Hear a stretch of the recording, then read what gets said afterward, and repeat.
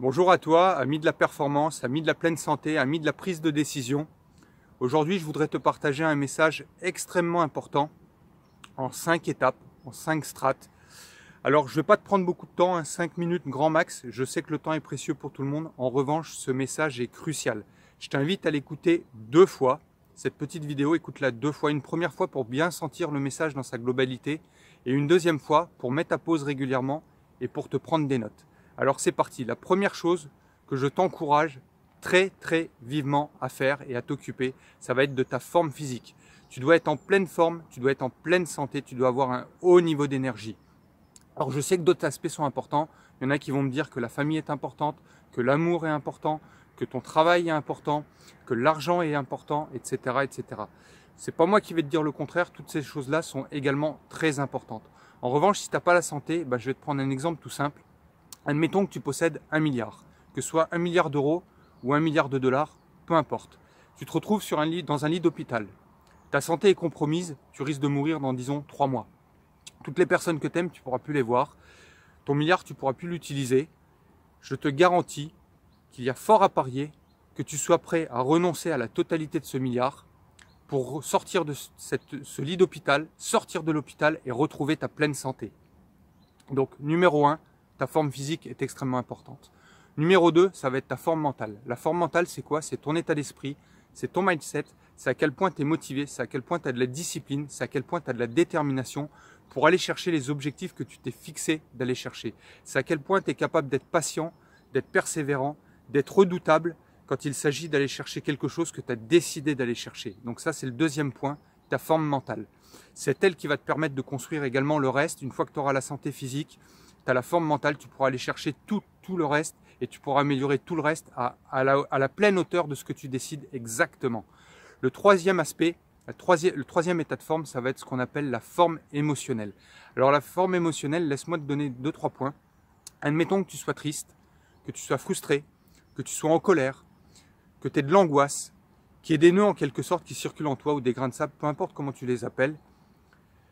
Ça va te mettre dans une mauvaise énergie. Et si tu es dans une mauvaise énergie, ça va contribuer de manière négative à ta santé. Tu n'auras pas l'état mental, la détermination de faire ce que tu as à faire. Tu auras du mal à être présent auprès de tes proches, auprès de ton entourage, auprès de l'homme ou de la femme de ta vie, auprès de tes enfants, auprès de tes collaborateurs dans le cadre du travail. Donc si tu es en mauvaise forme émotionnelle, si tu es en mauvaise santé émotionnellement, c'est pas bon, le reste risque de s'effondrer. Quatrième aspect, extrêmement important, la forme spirituelle. Alors laisse-moi t'expliquer ce que j'entends par forme spirituelle. Je ne parle pas du tout de religion. Quand je parle de forme spirituelle, c'est quel est le sens que tu donnes à ta vie. C'est quelle est ta mission de vie. C'est à quel point tu es connecté avec toi-même, avec les autres, avec la terre qui t'entoure, avec la terre en dessous de tes pieds, avec le ciel, la connexion avec le tout, avec la nature, avec l'énergie, avec les éléments et avec toutes les personnes qui t'entourent, que ce soit les êtres vivants au niveau des animaux, des végétaux, des arbres, des plantes, que ce soit au niveau de ton entourage, des autres humains, des H avec un grand 1, des humains avec un grand H, pardon. Donc ça, c'est la forme spirituelle. C'est elle qui va te donner envie de contribuer, de partager. En fait, c'est elle qui va te permettre d'avoir un sens à ta vie et de donner de la grandeur d'âme à ta vie.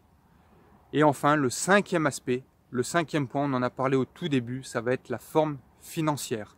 Donc oui, l'argent est important. Il y en a qui vont me dire, mais enfin, Jérôme, la santé c'est important, la famille c'est important, l'amour. Oui, je l'ai dit, la santé c'est ce qu'il y a de le plus important de tout, c'est le numéro 1 dans la hiérarchie. L'amour c'est important également. Mais l'argent, laisse-moi te dire que c'est important. Alors, je suis d'accord avec toi, ça ne va pas contribuer au bonheur, tu ne seras pas plus heureux parce que tu as de l'argent. Ça ne va pas te donner des meilleures relations, de la meilleure qualité dans tes relations. Ce n'est pas l'argent qui fera la profondeur de tes relations.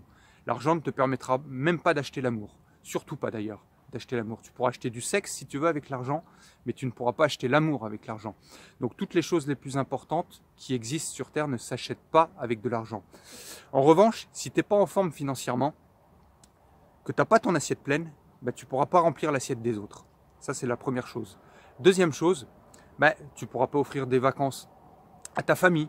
Tu ne pourras pas permettre de t'offrir des expériences de vie à ta famille ou à ton entourage. Tu ne pourras pas construire des projets. Tu ne pourras pas impacter le monde. Tu ne pourras pas donner un sens à ta mission. tu ne pourras pas augmenter ce que tu es capable de faire. Donc l'argent ne fera pas de toi une meilleure personne, une meilleure ou une plus mauvaise personne. Mais en fait, si tu es déjà une mauvaise personne au départ, ben, l'argent va être un accélérateur de cette mauvaise chose. En gros, si tu es une mauvaise personne et que tu as de l'argent, peut-être que tu vas financer des guerres. En revanche, si tu es une bonne personne et que tu as de l'argent, donc si tu es une bonne personne, ça veut dire que si tu t'es occupé de ta santé physique, si tu t'es occupé de ta santé mentale, tu t'es occupé de ta santé émotionnelle et tu t'es occupé de ta santé spirituelle, tu seras une bonne personne.